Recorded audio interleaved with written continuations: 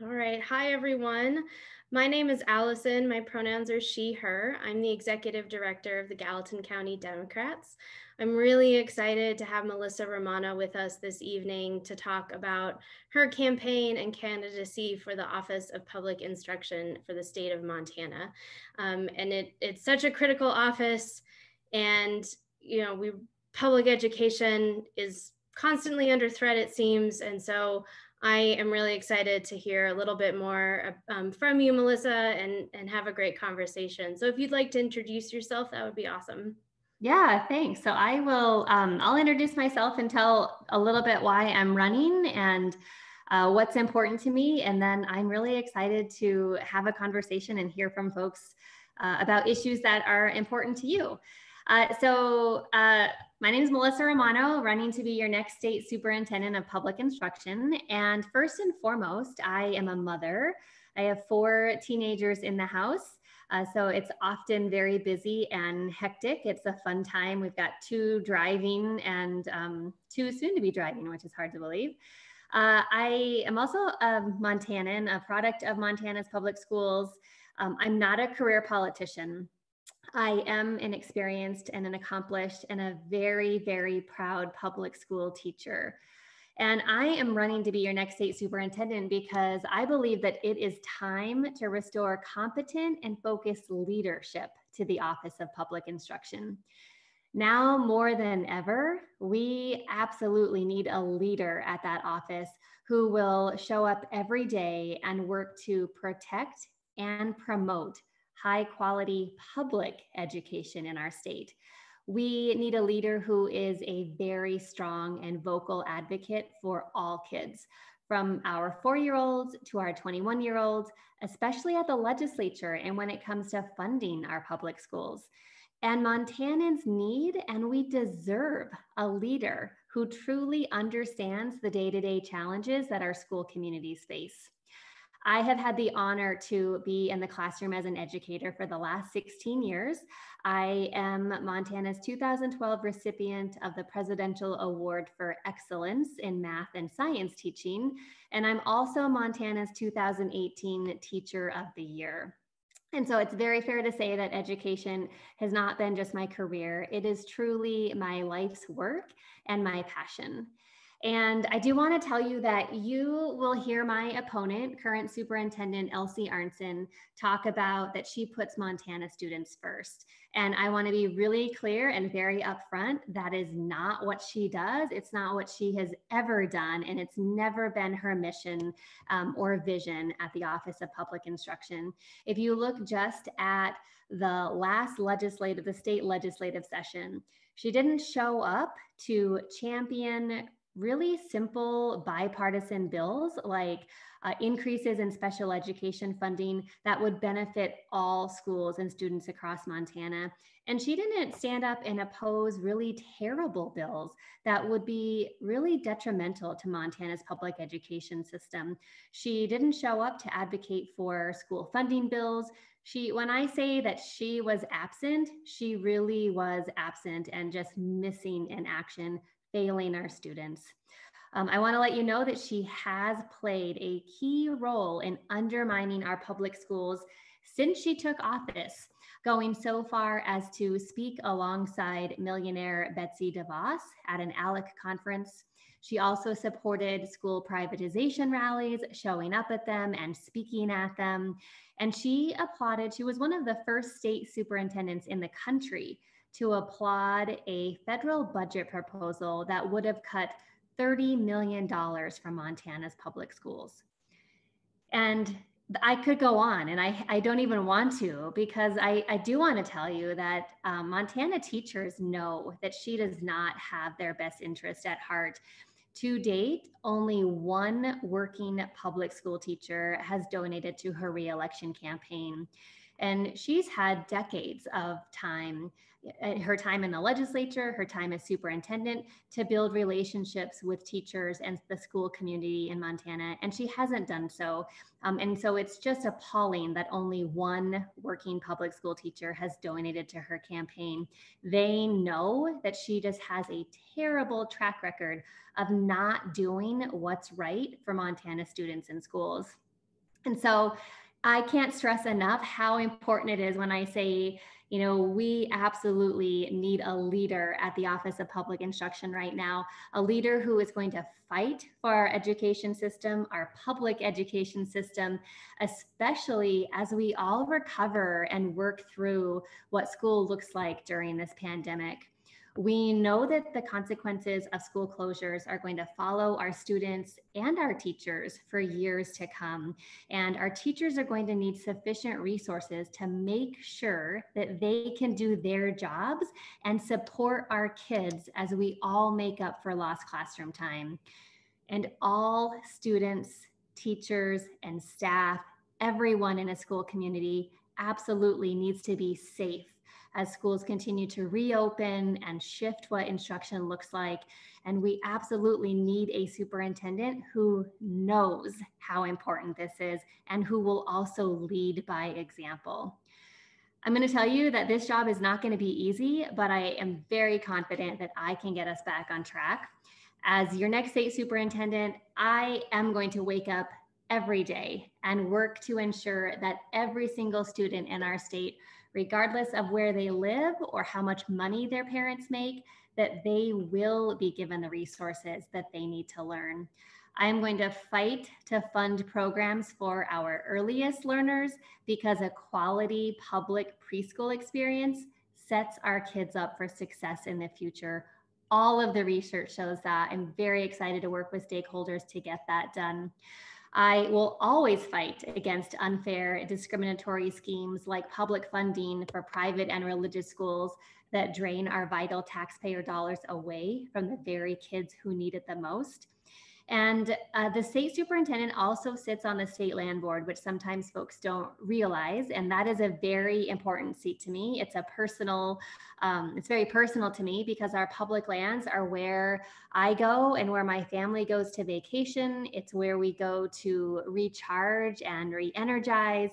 And so I take that seat very seriously. And as a member of the land board, I'm always going to fight to protect Montanans' rights to hunt, fish, and recreate on our public lands and waters, while also working to maximize revenue for our schools, making sure that I'm looking at that seat with a reasonable and a responsible approach. I have been committed to this race from the beginning. I can't do it alone. I haven't done it alone. I'm so thankful for everybody who's been involved in this campaign. If you are not involved yet, please get involved now. It's not too late. I would welcome you on Team Romano. So please make sure that you check out our website, romanoformontana.com. There's lots of great information on there if you're looking for talking points on how to visit with friends and family about the importance of this race. That information is on the website. Reach out to me, reach out to my team. We would love to give you talking points. My opponent is also self-funding. She has poured thousands of dollars into her race. That is not what I'm doing. I really am relying on teachers, parents, administrators, union members, community members, folks like you, anyone who truly believes in public education to help me win in November. So please stay engaged, make those phone calls, decorate your bumpers with bumper stickers, put out a yard sign. We are out of yard signs, so make your own yard sign. I think homemade Romano yard signs are great. And yeah, reach out to friends and family, tell them about this race. And I will be forever grateful. And I'm really excited to answer questions. Yeah, awesome. Thank you, Melissa. I can't believe that she has only gotten, well, no, I actually can believe that she only had one school teacher, a public school teacher donate. That's not shocking in any way, but at the same time, such a stunning thing to know and recognize. Yep. Wow. Cool. Well, we have some questions, but if anyone who is on right now wants to ask a question, feel free to unmute yourself, or you can put it in the chat and I'll ask it. But one of the questions that's been on my mind is, CARES Act funding and like what's going on with that right now for schools?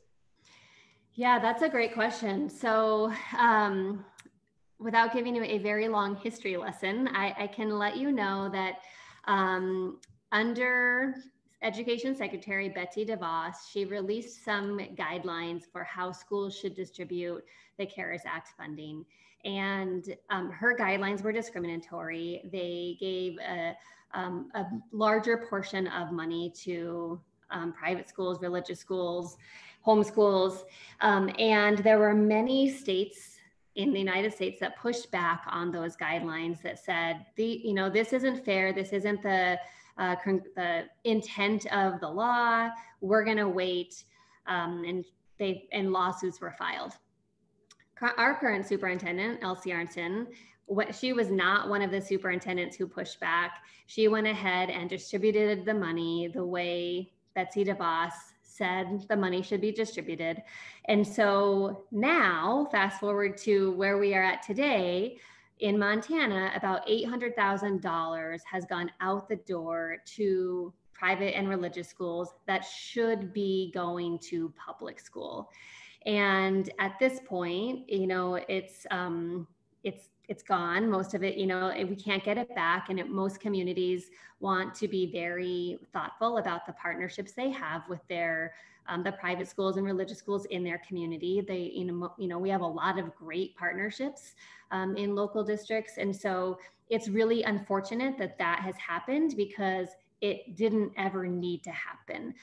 But it really goes to show that current Superintendent Arnson, her mission really is to divert taxpayer dollars away from public schools and defund public schools in Montana. She believes that money should go to private schools. And so the first chance she could, she didn't think twice that this could very likely get turned down by a federal judge. She just went ahead and did it anyways. And so it's just really disappointing and very disheartening as a public school teacher, but also shows where her true, where she lies, what her intent is. Right. Absolutely. And so there's, it kind of leads me to think about one of the recent Supreme Court cases from this summer with the religious schools. And I don't know enough, so please educate me on what that was and why or how it is going to impact Montana. Yeah, so you're talking about the Espinoza case. Yeah. And Mm-hmm. really right now, Montanans we have a $150 tax credit that can be applied to private schools, religious schools. And that was what was taken up to the Supreme Court. And ultimately, it did not rule in how I thought it should have been ruled. And so that still stands. And we really have yet to see how that is going to play out in Montana. But which again is why my race is so important, because we really need a superintendent who is at the Office of Public Instruction and able to be an advocate at the legislature, which hasn't happened the last 3.5 years, to help put a stop, to say, no, this isn't what's good for public school kids. This needs to stop now, and to have that pushback. And so I think it's really, we're at a spot where it's kind of a wait and see of how it's all going to shake out, with that ruling. It definitely opened the door, and it's really important that we have a superintendent who doesn't open it any farther, because if it was up to Superintendent Arnson, she would just continue to push that door open more and more and more. Mm-hmm. Yeah. What about charter schools? Yeah, so in Montana, it's already in our constitution that we can have publicly run charter schools the same way that you would have a public school. It would have a board of trustees and licensed and accredited Montana teachers. I don't remember off the top of my head right now if there are still 2 public charters in Montana or 1, because I think maybe the second one I'm thinking of might not still be operating. I'd have to double check, but Bozeman has the Bridger Academy there at the high school, which operates as a charter school. And it's, run by the Board of Trustees, and it operates just like a public charter, or just like a public school would. And so that law exists in Montana, and that's the kind of charter school I would be in favor of. I will never be in favor of, charter schools where we're draining taxpayer dollars away, or we're using public money to fund those. Mm-hmm. Makes sense. Makes sense. So what let me get my thoughts together. If there's another question, Ames, if you have a question, I'm not sure if I'm saying your name right, but feel free to jump in and say something, ask something. But if not, I got another one. How will you balance conservation and school funding on the land board? Yeah, that's a good question. I think that, the two words that always come to my mind is just being very reasonable and responsible, because, like I said, I am an avid user of our public lands. When I'm not campaigning, I try to be out hiking, camping, snowshoeing, whatever season it is. I utilize our public lands a lot. And that being said, like, I'm really grateful for the time I'm with my family, that we are on public lands and that we make memories. That be and knowing that, like, I want all of that to be around for future generations, for my kids to enjoy long into their future, and so on.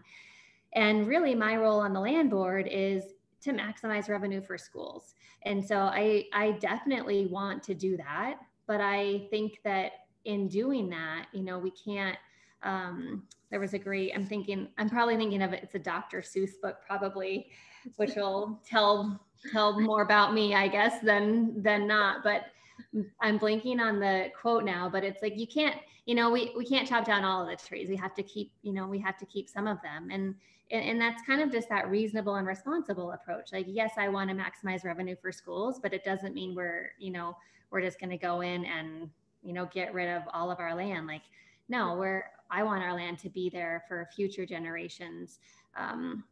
Yeah, I just enjoy it so much. I can't stress enough how it's part of what makes me who I am, and my family, who we are, and, it's what makes Montana great. Mm-hmm, definitely. What with the history of the land board, uh, this is your seat is one of five, correct? And Correct. so what are the other, just to fill in the blanks, like who are the other office holders on the land board?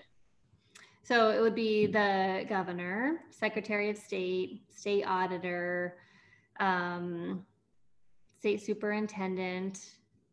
Who am I missing? Uh-oh. I know. Attorney General. Yes. Attorney General. Right. Yes. I'm like going through my list of people. Who am I missing? Yeah. And right now, all those seats except for the governor's seat are held by Republicans, right? Correct. Yeah. And okay. That's what I'm just making sure. Yeah. And that's why we And want it's to make. really why, it's so important. And the land board really is it's also why these statewide races are so important. And, all of the statewide races, we just don't get the airtime and the attention that the top of the ticket does. And so that's why, when you have things like this, and when, we say, please talk to your friends and family, it really does matter, because we don't have all of that attention on our races. And so the individual conversations that you are able to have about our race and why, all of the statewide races and why it's so important, it means the world to us, because yeah, we rely on you, and the land board is really important. And it's important to know that, yes, all of those offices are on the land board. Yeah. And I think that, it's not talked enough about. And I think that people, like the Senate race or the governor's race, like we hear about those all the time. Yeah. But you're right, like the down ballot races, your race, the statewide races, and then down into the local, at the county level and the legislative level, like we don't have, like, we're constantly educating ourselves on why these races matter. And you're right, like conversations like this are move those conversations forward and that knowledge forward, because it is about civics. It's not just about politics. This is about civics, and it's about civic engagement.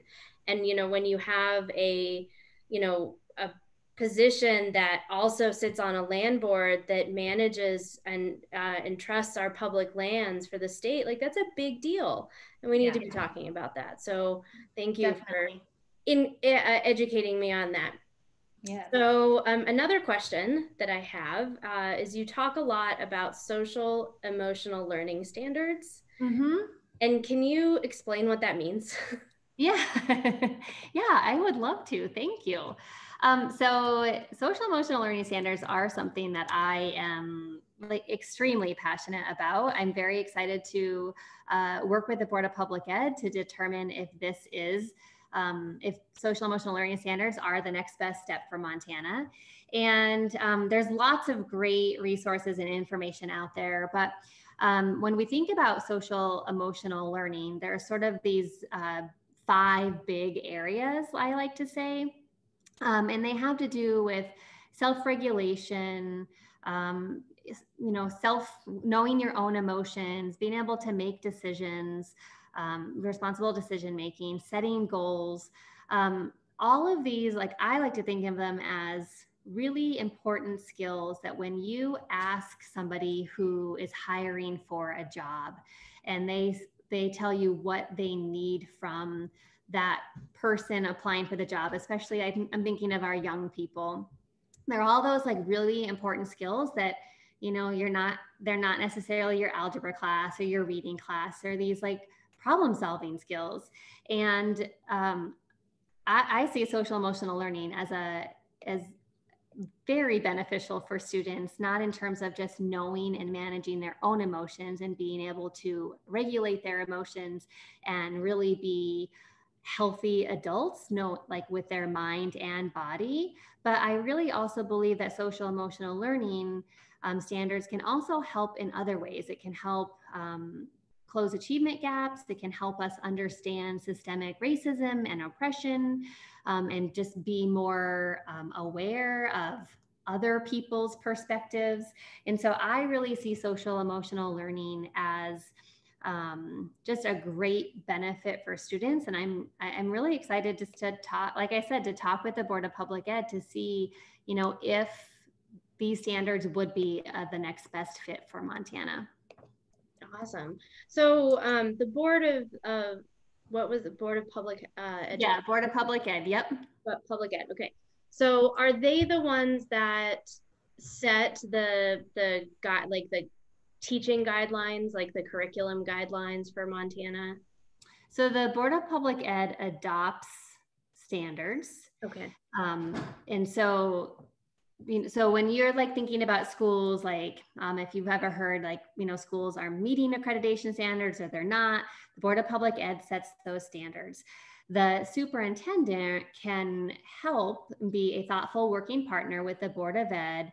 And obviously the superintendent can make that as part of their mission and vision to move Montana, our schools forward. But then they can also help bring together educators and stakeholders and even students to work on the development of these standards.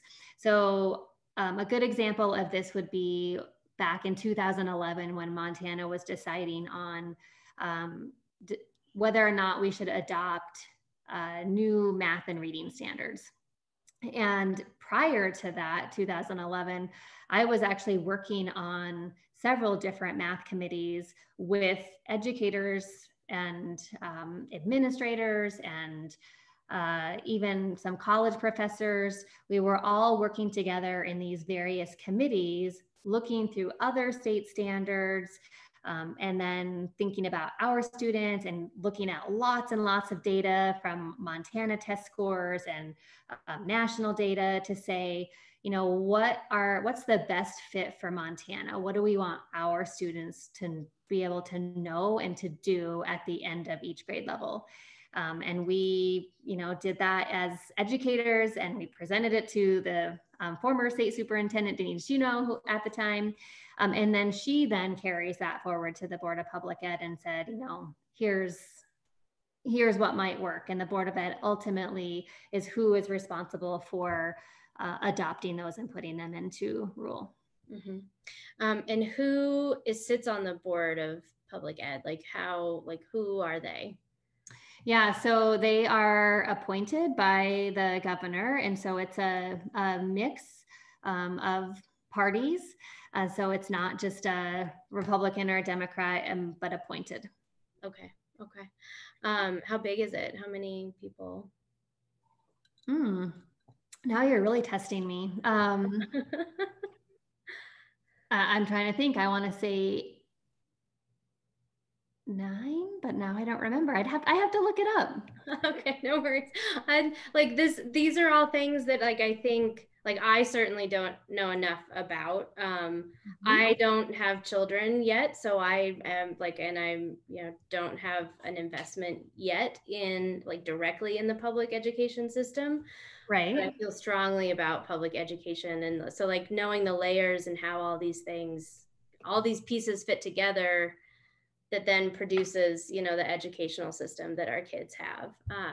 One thing that you brought up that I kind of want to go back to, or just get your thoughts on, you talked about with the social emotional learning and systemic racism. And I know that this summer there's been a lot of, at the national level, this push against the project 1619 project, and that it's being taught in schools and that shouldn't be. And I would love your thoughts on that conversation and how it is maybe carrying out here in Montana, if at all.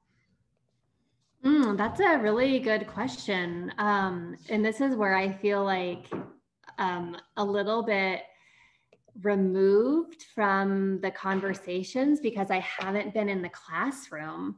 And so, I've been on a leave of absence for the last, I guess, this school year and the previous school year. And so I'm experiencing everything conversations as a parent and as a community member rather than being in the classroom and always talking with colleagues.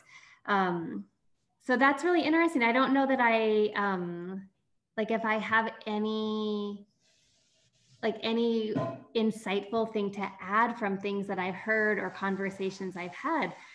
That's really, that's a great question, actually. Yeah, it's just something that I've seen it bubbling up and conversations. I've read some of it. I haven't read all of it, but it's an interesting. It's just interesting that that's come up into the national attention the way that it has. So, well, I'm kind of, I don't know if there are any other questions. It looks like, we did answer the question. Yes, I just saw that. Yep. 7 or 8 members of okay, 7 members, then a student member, the governor, state superintendent, and commissioner of higher education. Yes, the commissioner of higher education. How would the superintendent work with the commissioner of higher education? Is there any common things that you'd be working on together? Yeah, so the superintendent sits on is a non-voting member of the Board of Regents as well. And so there's definitely a lot of room for having a thoughtful and working partnership. And I believe that former Superintendent Denise Juneau had a really good working partnership. I honestly can't tell for sure right now what it's been like with Superintendent Arnson. I only see sort of on the outside edges of what's happening there. And I know, just from my own seeing, the lack of leadership there and just the real mismanagement of her office. But definitely, I'm looking forward to working with the Board of Regents and having that overlap and having a thoughtful partnership and to work with them. Yeah, definitely. Well, I have one, I thought one more question. It's a really hard one. Are you ready? Okay. All right. I'm ready. How are you taking care of yourself right now during this crazy campaign, Zoom campaign, and socially distant campaigning? Yeah, that is a good question. And thanks for asking that because it's so important. And it's one of the things, I hosted a mental health roundtable before and earlier in the month, and I guess it was last month now, we're in October, so in September. And, because it is, I talk a lot, and even in my work now with teachers across the United States, we're always talking about, well, what are you doing to take care of yourself? So let's see, what am I doing to take care of myself? I try to go to bed early. So I am an early to bed person and an early up person. I like to have about an hour in the morning to myself to drink my coffee and read my email. And yeah, and like I hang out with my kids, like I try to make sure that every day lately I'm spending a lot of time on the phone calling people. And so when my kids are around, I try to make sure that I at least just have an hour where I'm like putting my devices away and I'm just hanging out with them. And today I had an hour in the middle of the day where I was helping my daughter with her math homework, and I kept doing it. And she's like, you don't have to keep doing it, Mom. I was like, well, I like doing the math actually. Like, so yeah, I think, but yeah, I appreciate the reminder because it is so important to take care of ourselves. Oh, and I got a haircut today too. So I still like take time to, remember to take care of myself, get my hair cut, all of that. Excellent. Well, good. Well, Dwayne, now that you're here, you can ask a question. Hi, I'm Dwayne. running out of questions, and I know Dwayne's got some for you because Dwayne is our resident deep thinker in Gallatin County. So Dwayne, this is Melissa Romano. We're just having a conversation. But if you do have a question for her, I know that she would be happy to answer one. And you can unmute yourself. I keep forgetting, Allison. Hey, you're still doing great. It's easy to do. Hi, Melissa. Hi, Dwayne. Hey, I am absolutely a firm believer that public education is our #1 priority. Me we too. Got a lot of them out there. Yes.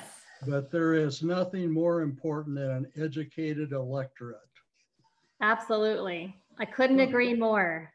Okay, so you're going to take on the state's responsibility for that.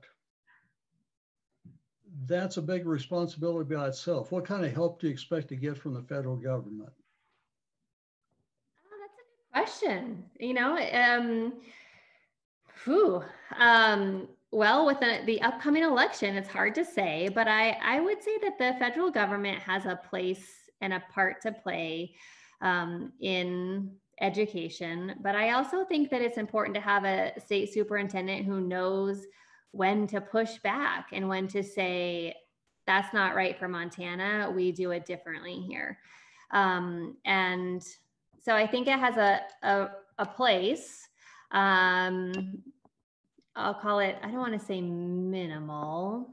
I think it has a part. It has a part, but we need a superintendent who knows what's best for Montana and who isn't afraid to push back. Like a good point. You weren't on earlier when we were talking about the CARES Act funding, but Superintendent Arnson should have been pushing back on those discriminatory guidelines and said, no, we're not going to disperse money. Our money needs to be going to public schools, and these guidelines have a disproportionate amount going to private schools. And if I were superintendent then, I would have pushed back and would have said no, and I wouldn't have distributed that money because now, we're out at public schools in Montana are out $800,000. It should be at public schools. So Melissa, dollars are hard to come by in support of public education, right? Yeah. So why can't we look to the federal government to increase funding or provide funding grants to states to empower them to do more in support of our teachers and the school needs? Why do we be satisfied with just the funding that comes from the state, the property taxes? Mm-hmm. Well, it's mostly property taxes, isn't it? Mhm. Yeah, I think, you bring up a good point. And for me, historically, when I look back on education funding and the federal government, usually that comes with strings attached, right? And so, from my experience in working with other teachers, they'll get more federal money or they'll get more money from the federal government, but then their teachers are measured. There's an accountability to the teachers that, if all your students in your class are getting 80% or better, then great, we're going to say you get this money. If they're not, you're now not a great teacher. And I just don't, I believe that some of those sorts of things are not good for Montana, and I can't get behind, because I've seen so many wonderful teachers who should not be evaluated on whether or not their students are passing a test, right? Or getting a certain percentage on a standardized test. I think when we start putting teachers' evaluation in with test scores, that's a very dangerous and not a good thing to be doing. And so I'm all for more funding from the federal government, but I'm not for strings attached that make it more difficult for Montana teachers to actually do their job. I agree with what your concerns are. So it all boils down to the legislative written word, doesn't it? Yeah. Okay, it depends on what strings or no strings are attached. Yep. There's no reason why the funding couldn't come, funding Yep. provided by the federal government, but administered by the state. Mm-hmm. That would be okay, wouldn't it? Yeah. Okay. Yeah. Do you have any other questions, Dwayne? No. Okay. I'm just happy to have Melissa thinking about it. Excellent. That's good. Awesome. Well, are there any other questions, or Melissa, is there anything that we didn't cover that you think we should be talking about? Is there a question I should have asked, is basically my question now. That's a good question. I don't think so. I think we covered almost everything.